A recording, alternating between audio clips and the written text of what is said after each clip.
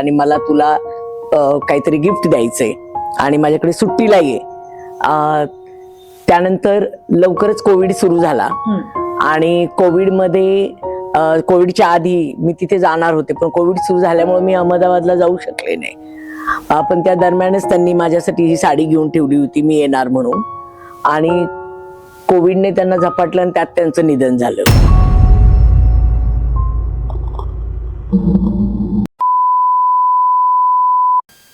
नमस्कार. माया सिंधू प्रस्तुत धाग्यातली गोष्ट, जिथे परंपरा, सौंदर्य आणि आधुनिकतेचा संगम पाहायला मिळतो. मी भार्गवी चिरमुले तुम्हा सगळ्यांचं या पॉडकास्टमध्ये मनापासून स्वागत करते. या पॉडकास्टच्या निमित्ताने आपण आयुष्यातल्या हळव्या कोपऱ्यांना पुन्हा एकदा स्पर्श करणार आहोत. त्या आठवणी जाग्या करणार आहोत ज्या एखाद्या साडीमागे अलगदपणे दडलेल्या असतात. हा पॉडकास्ट सादर करणार आहे माया सिंधू, जिथे परंपरा आणि आधुनिकता ह्याचा एकत्र संगम आपल्याला पाहायला मिळतो. आज आपल्या सोबत अशी एक व्यक्ती आहे जिच्या कामानी अनेकांना प्रेरणा दिली आहे. अनेकांना त्या एका पर्टिक्युलर म्हणजे जिथे ज्या काम करतात त्या कामाकडे आकर्षित केलंय. भेटूया अनुराधा भोसले मॅडम यांना. सुप्रसिद्ध समाजसेविका अनुराधा भोसले, संस्थापिका अवनी संस्था आणि एकटी संस्था, बालहक्क कार्यकर्त्या. अनुराधा भोसले या 30 वर्षांहून अधिक अनुभव असलेल्या एक समर्पित समाजसेविका आहेत. अवनी संस्थेमार्फत त्यांनी हजारो मुलांना शिक्षणाच्या प्रवाहात आणले आणि गरजू महिलांना सक्षम देखील केले आहे. त्यांच्या सामाजिक कार्याबद्दल थोडक्यात सांगायचे झाल्यास त्या अवनी व एकटी महिला संस्थेच्या संस्थापिका आहेत. 11,500हून अधिक मुलांना त्यांनी पुन्हा शिक्षणात आणले. 1994 पासून वंचितांसाठी त्या कार्य करत आहेत. बालमजुरी व भिक्षा मागणाऱ्या मुलांचे पुनर्वसन केलेले आहे. 35 समुदायातील 900हून अधिक महिलांचे सक्षमीकरण केलेले आहे. निवारा, डे केअर व शिक्षण प्रकल्पांचे संचालन करतात. माया सिंधू प्रस्तुत धाग्यातील गोष्ट या आगळ्या वेगळ्या पॉडकास्टसाठी अनुराधा भोसले मॅडम त्यांचे विचार या निमित्तानं व्यक्त करतील. आमच्या विनंतीला मान देऊन त्यांनी या पॉडकास्टसाठी वेळ दिल्याबद्दल माया सिंधूकडून त्यांना शतशः धन्यवाद. अवनी संस्थेच्या चेअरमॅन, एकटी संस्थेच्या चेअरमॅन, अजून त्यांचं बरंच मोठं कार्य आहे, ते जाणून घेऊया या पॉडकास्टच्या माध्यमातून. त्याचप्रमाणे आता जाणून घेऊया साडीबद्दलच्या त्यांच्या भावना. नमस्कार अनुराधा. नमस्कार. आज तुम्ही जी साडी नेसलाय त्याबद्दल तुम्ही आम्हाला काय सांगणार आहात? या साडीचे आणि माझे ऋणानुबंध हे खूप जुने आहेत. मी अमेरिकेमध्ये 8 वर्षापूर्वी एका मैत्रिणीला भेटायला गेले आणि तिथे तिची आई अहमदाबादवरनं आलेली होती आणि आईची माझी 2 दिवस खूप चांगली मैत्री झाली. आणि त्यानंतर आई अहमदाबादला गेली आणि ती म्हणाली, अनुराधा तू नक्की माझ्याकडे ये आणि अहमदाबादला, आणि मला तुला काहीतरी गिफ्ट द्यायचंय आणि माझ्याकडे सुट्टीला ये. त्यानंतर लवकरच कोविड सुरू झाला आणि कोविडच्या आधी मी तिथे जाणार होते, पण कोविड सुरू झाल्यामुळे मी अहमदाबादला जाऊ शकले नाही. पण त्या दरम्यानच त्यांनी माझ्यासाठी ही साडी घेऊन ठेवली होती, मी येणार म्हणून. आणि कोविडने त्यांना झपाटलं आणि त्यात त्यांचं निधन झालं.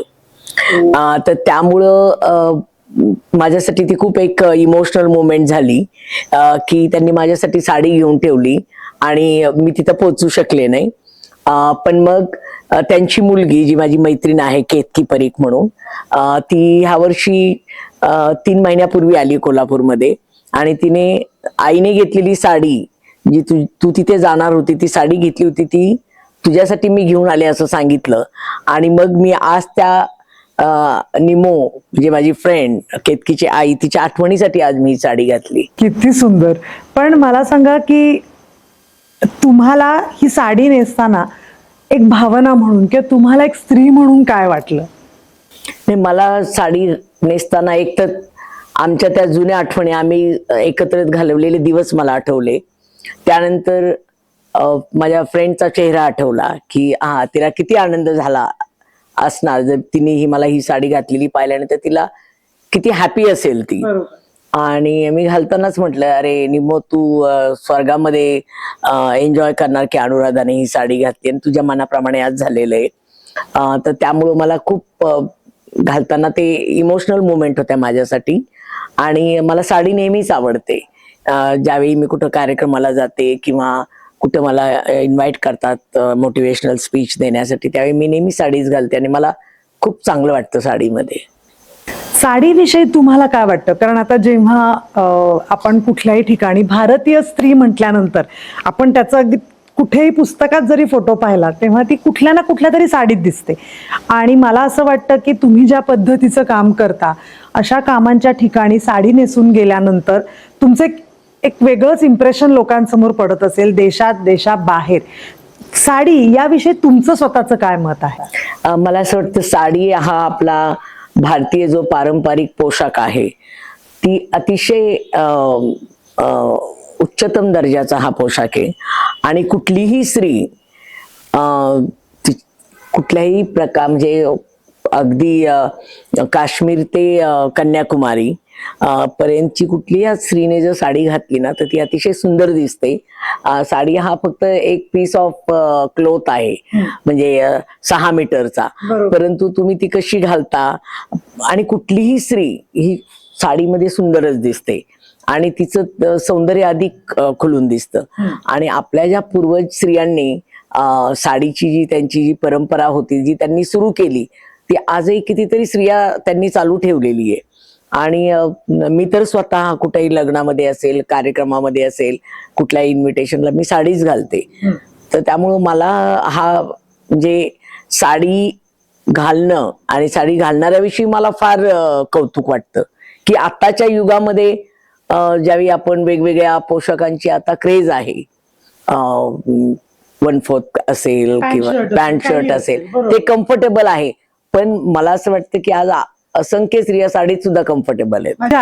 माझी आई कुठेही प्रवास असेल तर आम्ही ट्रॅक पॅन्ट टी शर्ट्स मध्ये जाणारी पिढी आहे, पण माझी आई प्रवास असेल तर साडी नेसते. ती म्हणते मला साडी सगळ्यात जास्त सुटसुटीत वाटते, तो तिचा कम्फर्ट झोन आहे. पण तुम्ही आता अशा अनेक पिढ्यांमधल्या मुलींबरोबर काम करताय ज्या आता रेडीमेड साड्या म्हणा किंवा साडीच नको म्हणा अशा असतात. अशा तुम्ही मुलींना किंवा येणाऱ्या पुढच्या पिढीला साडीबद्दल काय सांगाल? मी असं सांगेल की आपली जी ही अतिशय चांगली जी परंपरा आहे ती टिकून राहणं खूप गरजेचं आहे. जे चांगलं आहे ते नेहमीच आपण स्वीकारलं पाहिजे आणि त्याच्यात सातत्य ठेवलं पाहिजे असं मला वाटतं. आणि मी त्यांना असं सांगेल की साडी फक्त आपल्या घालणं हे इतकं महत्वाचं नाहीये, पण जे कारागीर या व्यवसायात काम करतात ते अतिशय श्रमाचं काम आहे. कलर कॉम्बिनेशन असेल, डिझाईन असेल किंवा त्याची मांडणी असेल आणि त्यातनं रोजगार निर्मिती खूप मोठ्या प्रमाणात होते. त्यामुळं आणि त्यांची कलाकुसरी याला पण दाद मिळते. तर त्याच्यामुळे हे फक्त स्त्रियांनी घालावा हा तर एक खूप महत्वाचा मुद्दा आहे, परंतु असंख्य कारागिरांना त्यातनं रोजगार निर्मिती होते. आणि या पिढी त्या मी बघते फक्त कॉलेज डेला, रोज डेला मुली साडी घालतायत, पण पारंपरिक व्यवसाय पोशाख म्हणून त्यालाच त्या महत्व देत आहेत, दुसरं काही त्या घालत नाहीत. तर त्यामुळं आपली जुनी जी परंपरा चांगली आहे ती अशी चालू ठेवावी आणि त्याला चांगला दर्जा द्यावा ह्या पिढीने असं मला वाटतं. आणि तुमच्याकडे येणाऱ्या लहान लहान मुली, म्हणजे मला आठवतंय मी लहान असताना कल्पना साडी नावाचा प्रकार मिळायचा, जे रेडीमेड साड्या छोट्या मुली नेसायच्या. पण आता मोठ्याही बायका तशा रेडीमेड साड्यांकडे वळल्या आहेत. पण तुम्हाला या पिढीनी साडीकडे वळण्यासाठी तुम्हाला एखादी गोष्ट करायला जर सांगितली तर तुम्ही ती काय कराल? मी त्यांना असं सांगेल की म्हणजे ऍक्ट्रेसेस आज आम्ही रेखाजी बघितल्या हिंदी फिल्म इंडस्ट्रीतल्या, आणि आमच्या मराठी ऍक्ट्रेसेस मध्ये अगदी निवेदिता सराफ असतील, जे ज्या ह्याच्या अगदी ज्येष्ठ आहे त्या आशा काळे असतील किंवा ह्या आजही आम्हाला साडीत वावरताना दिसत आणि त्यांचं सौंदर्य हे खुललेलंच दिसतंय, त्यामध्ये ते काही कमी झालेलं नाहीये. तर त्याच्यामुळं किंवा आत्ताच्या सुद्धा लेटेस्ट ऍक्ट्रेसेस या विद्या बालन वगैरे त्या साडीच घालताना दिसतात मला मोस्टली. तर त्यामुळं मला असं वाटतं की त्याचं एक ऍक्सेप्टन्स या तरुण पिढीने आणि प्रत्येक वयापासून, आता माझ्या हॉस्टेलच्या पण छोट्या छोट्या मुली अगदी गणपतीमध्ये त्यांना साडीच घालायची असते, त्या काय फ्रॉक वगैरे किंवा काय नाही, ते म्हणतात आई आम्हाला साडी पाहिजे. किंवा कॉलेज डे असतो किंवा गॅदरिंग असते तर माझ्या कपाटात जेवढ्या साड्या आहेत त्यातल्या अर्ध्या साड्या गायब असतात आणि मुली त्या घालतात आणि छान प्रकारे त्या इतक्या सुंदर दिसतात. तर स्त्रीचं सौंदर्य हे साडीत अधिक खुलतं आणि तिचं एक पर्सनॅलिटी बनून जाते. बरोबर, तिचं इम्प्रेशन खूप चांगलं पडतं. आणि मला मागे एका डिझायनरनी छान गोष्ट सांगितली होती की साडी ही एक अशी गोष्ट आहे ज्या गोष्टीमध्ये तुम्हाला हव्या त्या गोष्टी लपवताही येतात आणि ज्या गोष्टी तुम्हाला एनहान्स करायच्या त्याही करता येतात. म्हणजे एकतर मुळात ती कोणालाही चांगली दिसते हा अगदी महत्वाचा भाग असला तरी ते एनहान्स तुमची पर्सनॅलिटी खूप छान येते आणि तुमचा ग्लो खूप चांगला असतो. तुम्ही खूप छान मुद्दा मांडला आहे रोजगार निर्मितीचा साडीच्या या माध्यमातून. कारण आपण आता हँडलूम बरेच कलाकार किंवा मला असं वाटतं आपले पंतप्रधान देखील हँडलूमवर खूप भर देत आहेत की त्या कलाकारांना सुद्धा वाव मिळावा. मग त्यासाठी तुम्ही असं काही ट्रेनिंग कधी घेतलंय किंवा तुम्ही द्यायचा प्रयत्न करता? आम्ही ट्रेनिंग तर असा अजून कुणाला दिलेलं नाहीये, परंतु भविष्यात जर ती संधी मिळाली तर आम्ही नक्की देऊ. परंतु मी स्वतः असे ज्यावेळी स्वयंरोजगाराचे कार्यक्रम असतात त्या ठिकाणी आम्ही किंवा स्वराज्याविषयीचे कार्यक्रम असतात त्यावेळी आम्ही बाकी खादीची साडी घालतो. आणि ती खादीची साडी महागडी खूप आहे, पण त्यातलं जे सौंदर्य आहे किंवा जो टिकाऊपणा आहे तो कधी कमी होत नाही. वर्षानुवर्ष म्हणजे अगदी 15-20 वर्ष तुम्ही ती साडी अगदी काही न होता वापरू शकता. तर त्यामुळं भविष्यात अशा प्रकारचे प्रसंग आले तर आम्ही नक्कीच त्याला चालना देऊ. आता ही झाली तुमच्या आठवणीतली साडी, पण तुम्हाला आठवते तुम्ही पहिल्यांदा कधी साडी नेसला होता? मी माझ्या कॉलेजमध्ये असताना मी ज्यावेळी निर्मला निकेतनमध्ये शिक्षण घेत होते मुंबईमध्ये MSW करताना, त्यावेळी आम्ही तिथे आमच्या रोज डेला त्यावेळी अर्थात माझ्याकडे त्यावेळी साडी नव्हती, पण माझ्या मैत्रिणीच्या आईने साडी पाठवली होती. तो ब्लाऊज वेगळं होतं, साडी वेगळी होती, परकर वेगळा होता, पण ती घालण्याची जी मजा होती ती वेगळी होती. कारण सगळ्या फ्रेंड सर्कलने वेगवेगळ्या साड्या घातल्या होत्या आणि त्यात ती साडी निसटायची किंवा वॉशरूमला जाताना धांदल उडायची. तर त्यामुळं खूप मजा आली त्यावेळी. तर त्यावेळी मी पहिली साडी घातली कार्यक्रमामध्ये. सामाजिक कार्य करताना पण अनेक वेळेला अनेक ठिकाणी तुम्हाला साड्या नेसून जावं लागतं आणि लोकांना असं वाटतं की हे त्यावेळेला खूप अनकम्फर्टेबल आहे, साडीत हे होत नाही, पण साडी फार गरजेची असते. कारण त्याच्यामुळे तुम्हाला रिस्पेक्ट पण मिळतो, त्याच्यामुळे तुम्ही थोड्या वयाने जास्त वाटतात, तुम्हाला थोडं सिरियसली घेतात लोक, कारण कॉस्ट्युम प्रमाणे तुमचं एज पण बदलत जातं. तर मग तुम्ही अशा वेळेला या अशा समाजसेविका ज्या आहेत त्यांना तुम्ही काय सांगा? मी तर नेहमी सांगते की समाजसेविकांना की तुम्ही किती मॉडर्न प्रोग्राम मध्ये जा किंवा हल्लीच्या युगामध्ये तुम्हाला किती घाई असली आणि जग जरी बदलत असलं पण आपलं जे मूळ आहे, आपले जे रूट्स आहेत ना, ते तुम्हाला अपलिफ्ट करतात.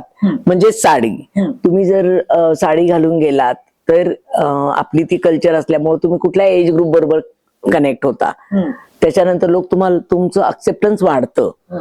आणि तेवढंच नाही, परंतु तुमच्याकडे बघण्याचा दृष्टिकोन पण बदलतो. आता ज्यावेळी मी सुरुवातीला कोल्हापूरमध्ये काम केलं त्यावेळी मला साडी घालायला थोडा त्रास व्हायचा आणि मी अगदी सलवार कमीज वगैरे घालायचे. तर माझे काही पत्रकार मित्र मला म्हणायचे, अनुराधा आज कलेक्टरांच्या सोबत मीटिंग आहे तिथे तरी तू साडी घाल, कारण तू सगळीकडे ड्रेसच घालतेस. तेव्हापासून मी ठरवलं की ज्यावेळी अशा ऑफिशियल मीटिंग असतात किंवा कुठेही कार्यक्रम असतो जिथे तुम्ही अप्रोच होत असता लोकांना, तर त्यावेळी साडी हा पोशाख असा आहे की तो तुमची पर्सनॅलिटी तर बनवतोच, परंतु तो पुढच्या व्यक्तीला पण एक कम्फर्ट देतो ना आणि एक्सेप्टन्स तुम्हाला मिळतं त्या पब्लिक कडनं. तर ते मला असं वाटतं हल्लीच्या समाज कार्यकर्त्यांनी त्याबद्दल संवेदनशील राहणं आणि कारण आपला उद्देश कामाचा साध्य होणं गरजेचं असतं, तर त्याच्यामुळे ते असणं खूप गरजेचं आहे असं मला वाटतं.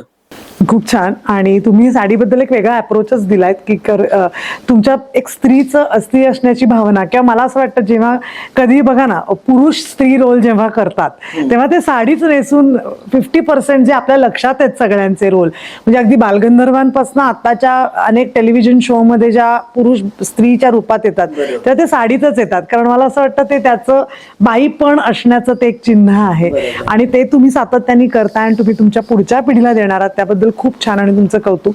आता आपण खूप गप्पा मारल्या, आता आपण थोडं रॅपिड फायर खेळूया. म्हणजे मला साडीबद्दल तुम्हाला काय वाटतं पटकन तुम्ही सांगू शकाल. आता खेळूया रॅपिड फायर. ओके. पण आता याची उत्तरं पटापट द्यायची तर मॅम, विचार नाही करायचा जास्त काही. बरं. मला कॉटनची साडी आवडते का सिल्कची? कॉटन.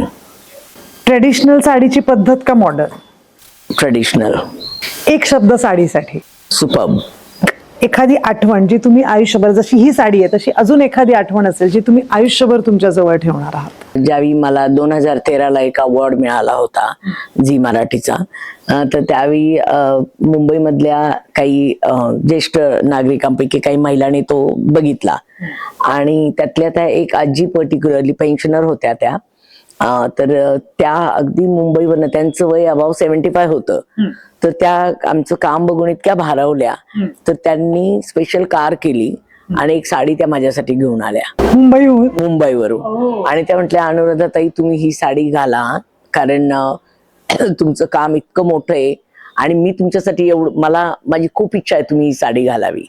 आणि मग नंतर प्रसंग आल्यानंतर मग मी लवकरच त्या साडीवर ब्लाऊज शिवलं, मी ती साडी घातली आणि मग त्यांना मी फोटो पण पाठवला की बघा तुम्ही दिलेली मी साडी घातली. त्या इतक्या खुश झाल्या ना, त्या म्हणाल्या की आज मला एकदम धन्य झाल्यासारखं वाटतं.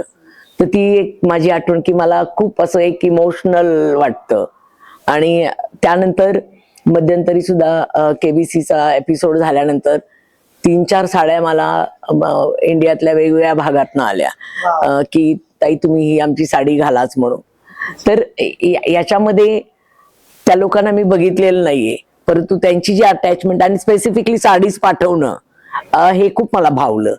तर त्याच्यामुळं माझं नातं खूप आहे या साड्यांसोबत आणि मला खूप अशी म्हणजे भावनिकता आहे याच्याबद्दल की अरे या लोकांनी इतक्या लांबनं वेळ काढून खरेदी केलं, इथं पाठवलं.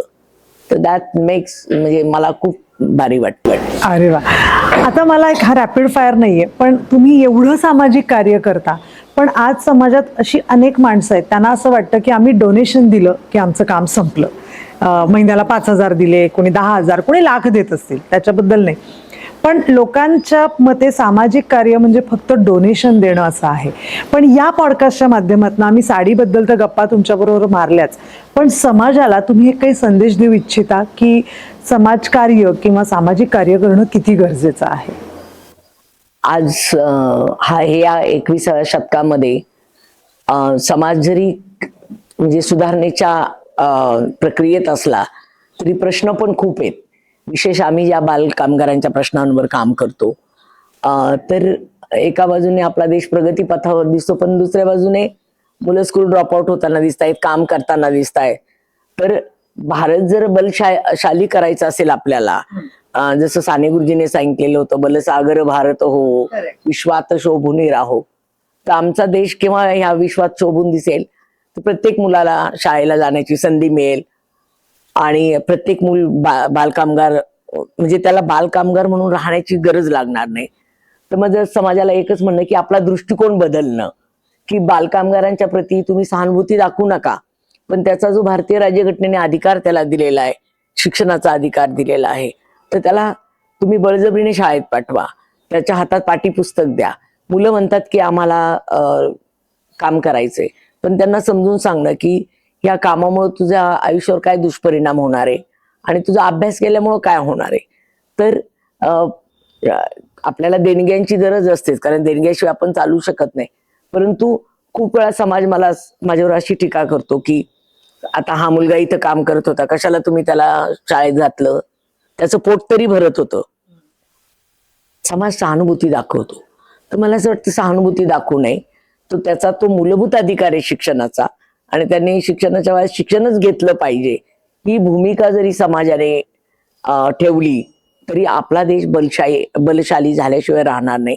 जसं आपण वर्ल्ड कप जिंकताना किंवा पाकिस्तान सोबत मॅच जिंकताना आम्ही सगळे एकत्र येतो, आमचा स्पिरिट एक असतो की आम्हाला जिंकायचंय.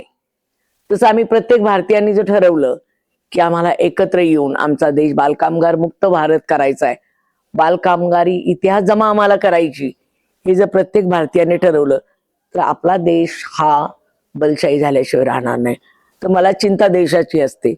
तर त्यामुळे मला असं वाटतं की या देशात जन्मलेल्या प्रत्येकाला त्याचे हक्क मिळावे आणि तो शिक्षणाचा हक्क मिळावा, तरच आपला देश पुढे जाईल. आणि ही माझं लोकांना कळकळीची विनंती आहे की सहानुभूती दाखवू नका. प्रत्येक आउट ऑफ स्कूल चाइल्ड शाळेत घाला. आम्हाला हेल्प नाही केली, त्याला हेल्प केली तरी आम्हाला हे काम करण्याची गरज नाही. तर हा एक माझा संदेश समाजासाठी राहील. नक्कीच, कारण मला असं वाटतं आपला देश हा सगळ्यात तरुण असलेला देश आहे, म्हणजे ज्याच्यात तरुणांची संख्या सगळ्यात जास्त असलेला देश आपला आहे. आणि ह्या तरुणांनी हे तुमच्याकडनं आणि तुमच्या कार्यातनं खरंच खूप शिकण्यासारखं आहे. तुम्ही इथे आलात आणि आमच्याशी गप्पा मारल्यात त्याबद्दल माया सिंधूकडनं तुम्हाला एक छोटीशी भेट. नमस्कार.